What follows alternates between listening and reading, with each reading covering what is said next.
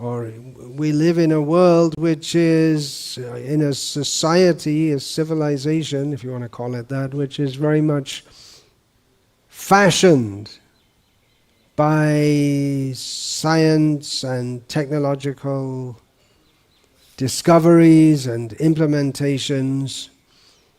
But we reject the supposition that science should shape our worldview. It's shaping our world in many ways.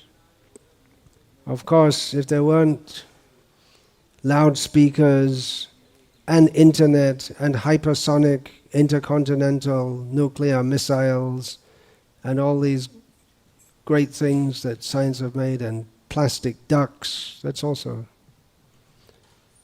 a product of science. If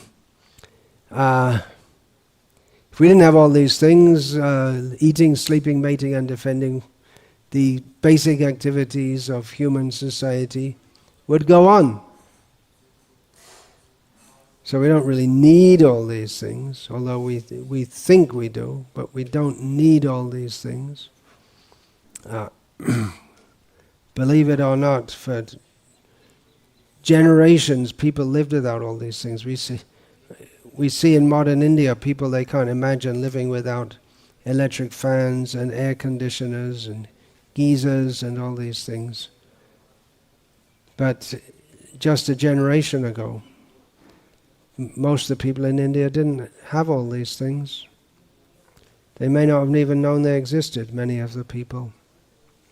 And that was like that for generations and generations. We think we're so advanced, and now we've discovered, after the whole world was wrong since time immemorial, the world was wrong, now we got it right. Women and men are equal in all respects. No society thought that.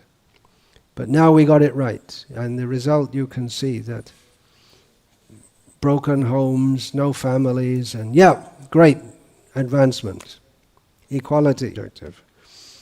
So we reject this idea that science can explain everything. You say they from the scientific viewpoint, scientismic viewpoint, before people believed all these fables, mythology, there was a God who created everything. But now we know scientifically there's no God. There was nothing, it exploded, and here we are today. And there's evolution.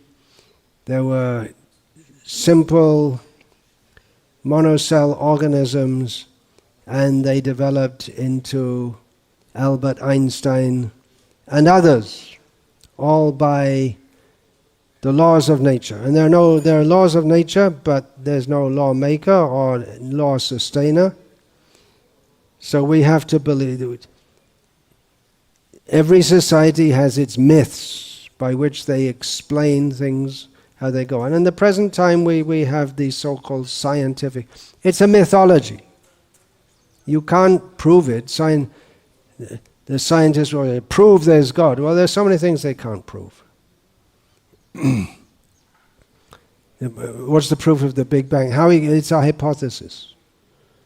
And it seems to fit their theories. Well, not exactly.